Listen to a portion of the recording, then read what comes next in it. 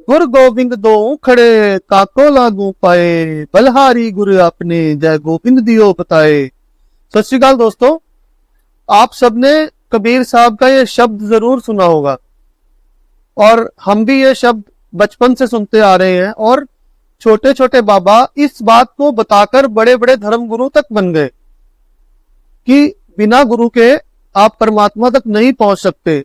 और अगर गुरु और परमात्मा दोनों इकट्ठे खड़े हो तो आप सबसे पहले कबीर कहते हैं कि मैं अपने गुरु को प्रणाम करूंगा क्योंकि वही मुझे गोविंद तक मिला सकता है।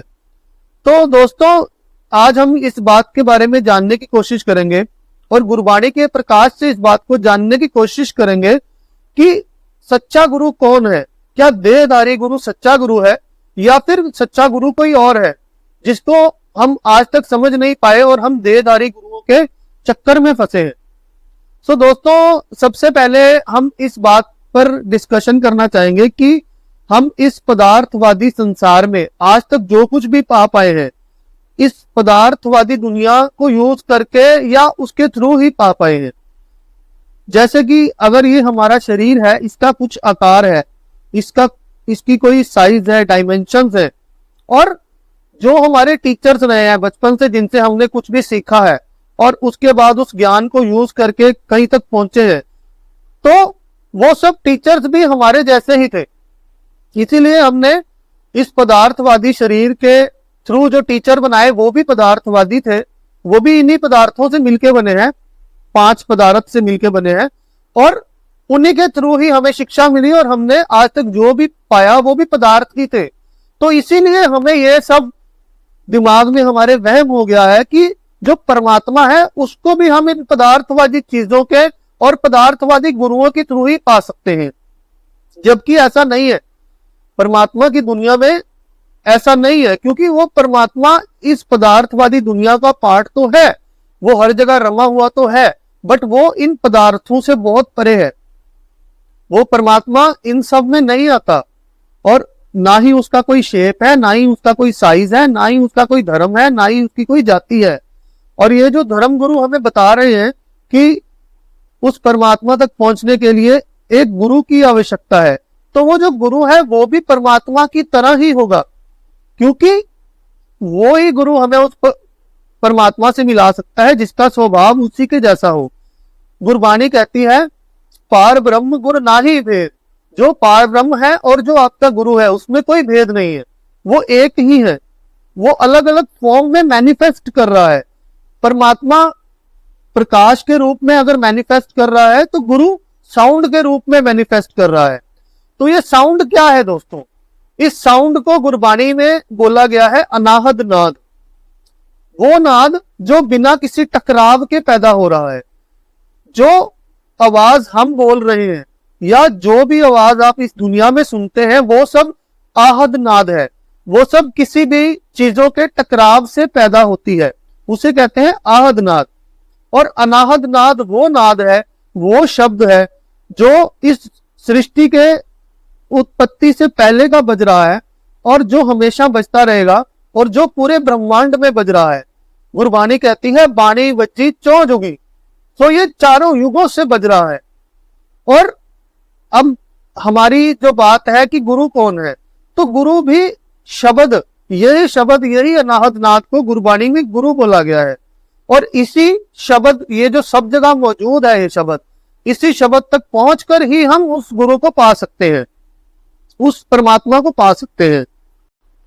अब दोस्तों, इस शब्द से जुड़ने का तरीका ये बाबा और इनके जो भक्त हैं वो ये बताते हैं कि आप हमारे वाले बाबा से नामदान लीजिए और उस नाम को लेकर ही आप उस शब्द से जुड़ सकते हैं।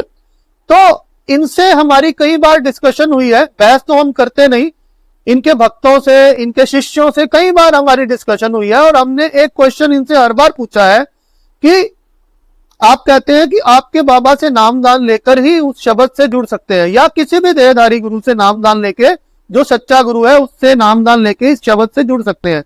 तो जो सबसे पहली बार इंसान इस शब्द से जुड़ा था इस धरती पर, उसने किस देहधारी गुरु से नाम लिया था जो सबसे पहली बार इस शब्द से जुड़ा था?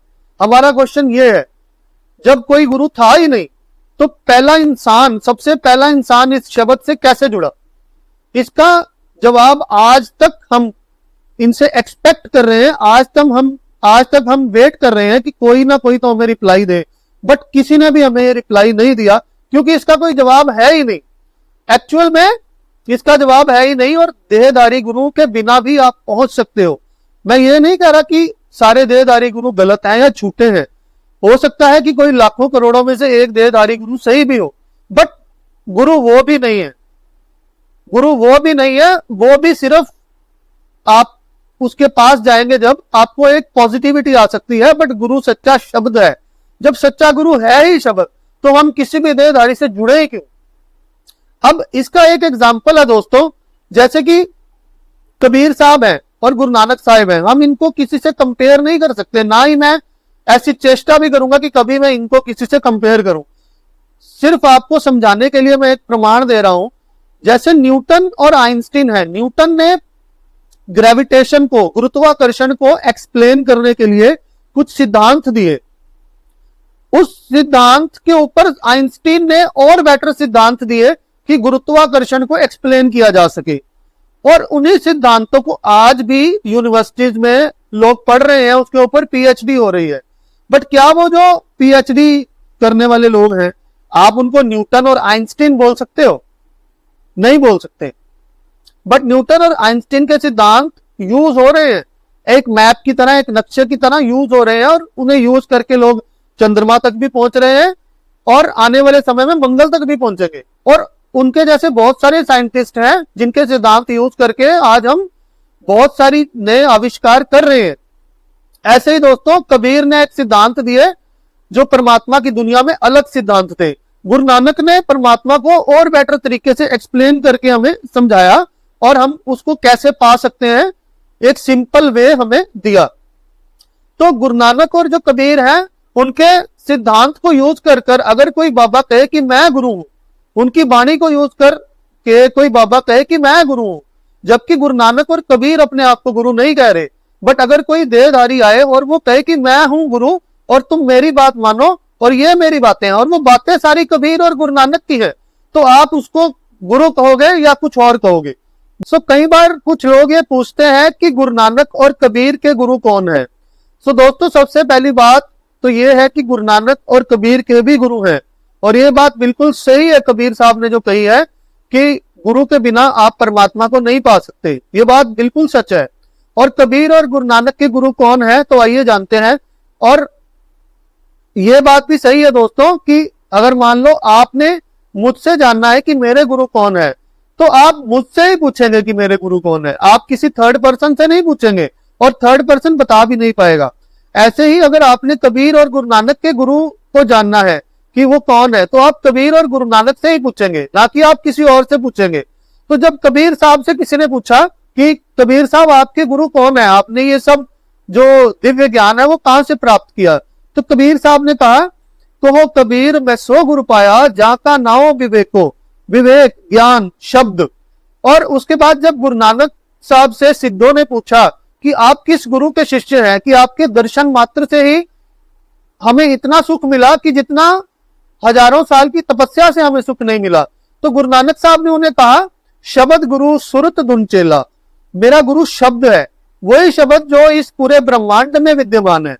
और वाणी में भी लिखा है, वाणी गुरु, गुरु है वाणी, विच वाणी अमृत सारे, गुरु वाणी कहे सेवक जन माने, परटख गुरु निस्तारे। सो जो वाणी है वो वाणी जो 4 युगों से बज रही है, जो 4 युगों से हमारे ब्रह्मांड में व्याप्त है, ये उस वाणी की बात है दोस्तों। और जो कबीर और गुरु नानक ने वाणी दी है, ये उसी वाणी को समझाने के लिए हमें वाणी दी है। इसीलिए हम गुरु ग्रंथ साहब जी को गुरु की तरह पूछते हैं, क्योंकि ये उसी वाणी को समझाने का एक तरीका हमें दिया गया है। थैंक यू दोस्तों। वाहिगुरु जी का खालसा, वाहिगुरु जी की फतेह।